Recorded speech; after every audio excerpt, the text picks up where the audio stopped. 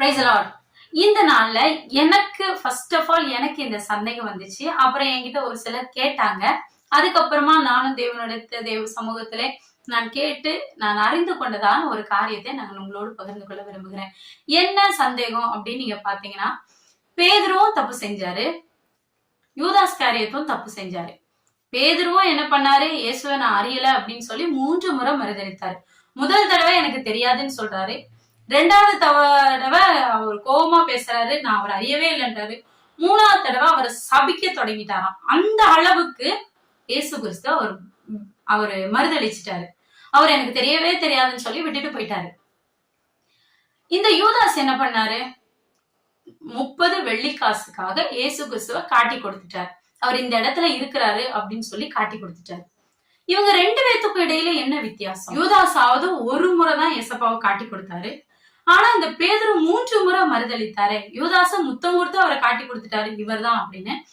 ஆனா இந்த பேதுரு 3 முறை அவரை சபிக்கவே செஞ்சுட்டாரு. யூதாச ஒரு வார்த்தையில முடிஞ்சு போச்சு விஷயம். ஆனா பேதுருவை நீங்க எடுத்துக்கிட்டீங்க அப்படின்னா, நீங்க யோசிச்சு பாருங்களேன், எத்தனை பேருக்கு இந்த சந்தேகம் வந்திருக்குன்னு எனக்கு தெரியல. எனக்கு இந்த சந்தேகம் வந்தது. அப்புறம் ஒரு சிலர் இந்த கேள்வி என்கிட்ட கேட்டனால நான் இதற்கான பதிவை உங்களோடு பகிர்ந்து கொள்ள விரும்புகிறேன். ஆமாங்க, எனக்கு தெரிஞ்சு யூதாஸ் அந்த வார்த்தைகளை கேட்டு யூதாஸ் இயேசுவை காட்டி கொடுத்ததுக்கு அப்புறமா அவர் என்ன பண்ணிட்டாருன்னா, அவர் காட்டி கொடுத்தாரு. அவர் காட்டி கொடுக்கும் போது இவரை கொலை செஞ்சிருவாங்க அப்படின்னு சொல்லி இவர் நினைச்சாரா இல்லையான்னு தெரியாது. ஏன்னா அவரை கொலை பண்ணணும் அப்படின்னு சொல்லி யூதர்கள் எல்லாருமே அவரை பிடிச்சிட்டு போகும்போது இவர் மனசுக்குள்ள தோணுது, ஐயோ அப்படின்னு சொல்லிட்டு இவர் யாருக்கிட்ட காசை வாங்கி இவரை காட்டி கொடுத்தாரோ அவங்கள நோக்கி இவர் ஓடுறாரு. இந்த யூதாஸ் ஓடி போய் எனக்கு இந்த காசு வேண்டாம், நான் ஒரு தப்பு இல்லாத கபடம் இல்லாத ஒரு ஆட்டுக்குட்டியை நான் காட்டி கொடுத்துட்டேன், அதனால நீங்க அவரை விட்டுருங்க, இந்த காசை நீங்களே வச்சுக்கோங்க அப்படின்னு சொல்லி யாருக்கிட்ட போறாரு, யாருக்கிட்ட காட்டி கொடுத்தாங்களோ, யாரு இவங்களுக்கு காசு கொடுத்தாங்களோ அவங்க கிட்ட போறாரு. போனோன்னு அவங்க சொல்லிட்டாங்க, அதெல்லாம் முடியாது, உன் வேலையை பார்த்துட்டு போன்னு சொல்லி யூதாஸ துரத்தி விட்டுட்டாங்க. துரத்தி விட்டோன்னே இவரால தாங்க முடியல. நான் தப்பில்லாத ஒரு பாவம் இல்லாத எந்த ஒரு தவறுமே செய்யாத எங்க மேசியாவை நான் காட்டி கொடுத்துட்டேனே, நான் பெரிய தப்பு பண்ணிட்டேன் அப்படின்னு சொல்லி இவர் என்ன பண்றாரு, குடுன்னு ஓடி போய் அவர் தூக்கு மாட்டிட்டு இறந்து போகிறாரு. இந்த பேதுரு என்ன பண்றாரு, அவர் நான் காட்டி கொடுத்துட்டேன் அப்படின்னு சொல்லி சேவல் 2 முறை கூவுனதுக்கு அப்புறமா அவருக்கு தோணுது, நான் அவரை காட்டி கொடுத்துட்டேன். அவள் கூவுது, இவர் இயேசுப்பாவை பாக்குறாரு. இவங்க 2 பேரும் பார்த்துக்கிட்டு இருக்கும்போது சேவல் கூவுது. சேவல் கூவும் போது இவர் நினைவு கூர்றாரு, ஏசப்பா முன்னமே சொன்னாரு, நீ 3 முறை என்னை மறுதளிப்பாய் அப்படின்னு சொன்னதை இவர் நினைவு கூர்றாரு. அப்ப எனக்கு பிரியமானவர்களே, ஒன்று நீங்க இதுல இருந்து புரிந்துக்கோங்க. பேதுரு அதை தெரிந்து கொண்டோட பேதுரு என்ன பண்றாருன்னா, மனம் கசந்து அவர் அழுகிறாரு. அழுது நான் தப்பு பண்ணிட்டேன்னு சொல்லி அவர் மனம் கசந்து அவர் அழுகிறாரு. ஆனா அந்த யூதாஸ் என்ன பண்ணிட்டாரு, போய் நாண்டுகிட்டு செத்தானா. சோ இதுல இருந்து நமக்கு அநேகருக்கு இந்த சந்தேகம் வரும், அப்பனா யூதாஸ் தானே ஏசப்பாவை அதிகமா நேசிச்சான்.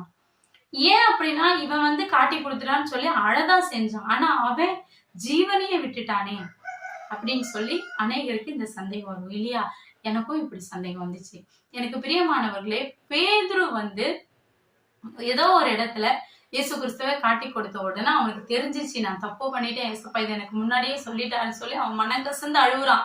அழுதுட்டு திரும்ப யார பாக்குறான்னா, ஏசப்பாவை தான் பாக்குறான். ஏசப்பாவை பார்த்துட்டு அவர் கூட பின்னையும் வருகிறான். ஆனா இந்த யூதாஸ் என்ன பண்ணிட்டாரு அப்படின்னா, ஒருவேளை யாருக்கிட்ட இயேசு கிறிஸ்துவை காட்டி கொடுத்தானோ அவங்க கிட்ட போய் இந்த காசை அவரை விட்டுருங்க அப்படின்னு சொல்றதுக்கு பதிலா, ஒருவேளை இவன் இயேசு கிட்ட போய் அவருடைய பாதத்துல விழுந்து அவர்கிட்ட அழுதிருந்தான், அவர்கிட்ட போய் சாரி கேட்டிருந்தான், அவர்கிட்ட போய் மன்னிப்பு கேட்டிருந்தான் அப்படின்னா ஒருவேளை கர்த்தர் மன்னித்து இருக்கான். ஆனா அவன் அப்படி கேட்கல.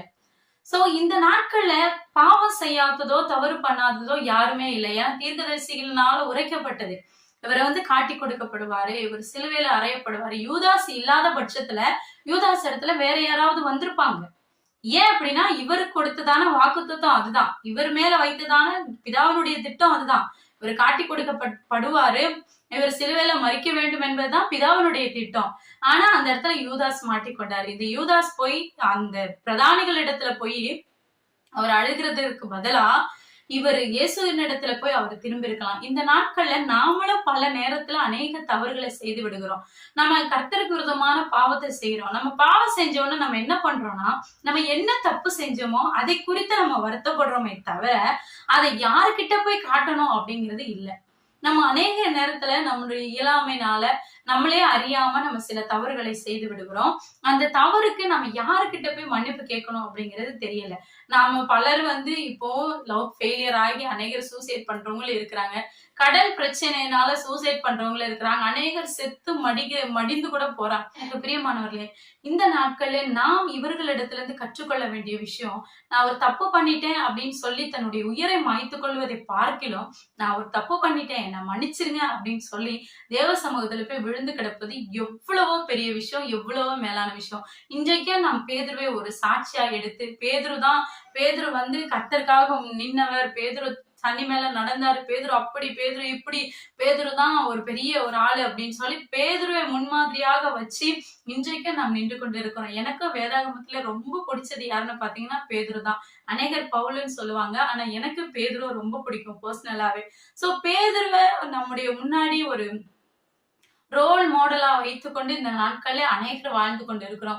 எனக்கு பிரியமானவர்களே, அதுக்கு முக்கிய காரணம் என்னன்னு பாத்தீங்கன்னா அவருடைய மனம் திரும்புதல் தான். நீங்க ஒரு தப்பு பண்ணிட்டீங்களா, தயவு செஞ்சு மனம் திரும்புங்க. நீங்க பண்ண தப்ப நீங்க வருத்தப்படுறது ஓகே தான். ஆனா நீங்க வருத்தப்படுற வருத்தம் யாரிடத்துல நீங்க போய் வருத்தப்படுறீங்க? உங்களுடைய வருத்தம், உங்களுடைய பிரச்சனைகள், உங்களுடைய கஷ்டங்கள் எதுவா இருந்தாலும் தேவ சமூகத்துல போய் நீங்க கண்ணீரோடு செபிங்க. தேவ சமூகத்துல நீங்க செய்த எல்லா பாவத்தையும் அறிக்கை செய்யுங்க. அவர் உங்களை மன்னிப்பாரு. மன்னிச்சு எப்படி பேதுருவை எடுத்து யூஸ் பண்ணாரோ அதே போல உங்களையும் எடுத்து பயன்படுத்துவாரு. இயேசு கிறிஸ்துவாரு சிலுவையில நேராதான் மரித்தாரு. ஆனா இந்த பேதுரு அதுக்கப்புறமா இயேசுவே நான் அறியலன்னு சொன்னவர் என்ன பண்ணார் தெரியுமா? அவர் சிலுவையில அறைய போகும்போது அவர் சொன்னாராம், இயேசுவை போல என்னை அறையாதீங்க, நான் அதுக்கு தகுதி இல்லாதவன், என்னை தலைகீழா அறைஞ்சு கொள்ளுங்க அப்படின்னு சொல்லி தலைகீழாய் சிலுவையில அறையுண்டு மரித்தவராம் இந்த பேதுரு. அதனால நீங்க விசுவாசத்தோடு இருங்க. யூதாசை போல இல்லாம பேதுருவை போல செய்த தவறை ஏற்றுக்கொண்டு கர்த்தருடைய சமூகத்துல மனம் திரும்புங்க. மனம் திரும்புறவர்களுக்கு பரலோக ராஜ்யம் சமீபமா இருக்கிறது. ஆமென்.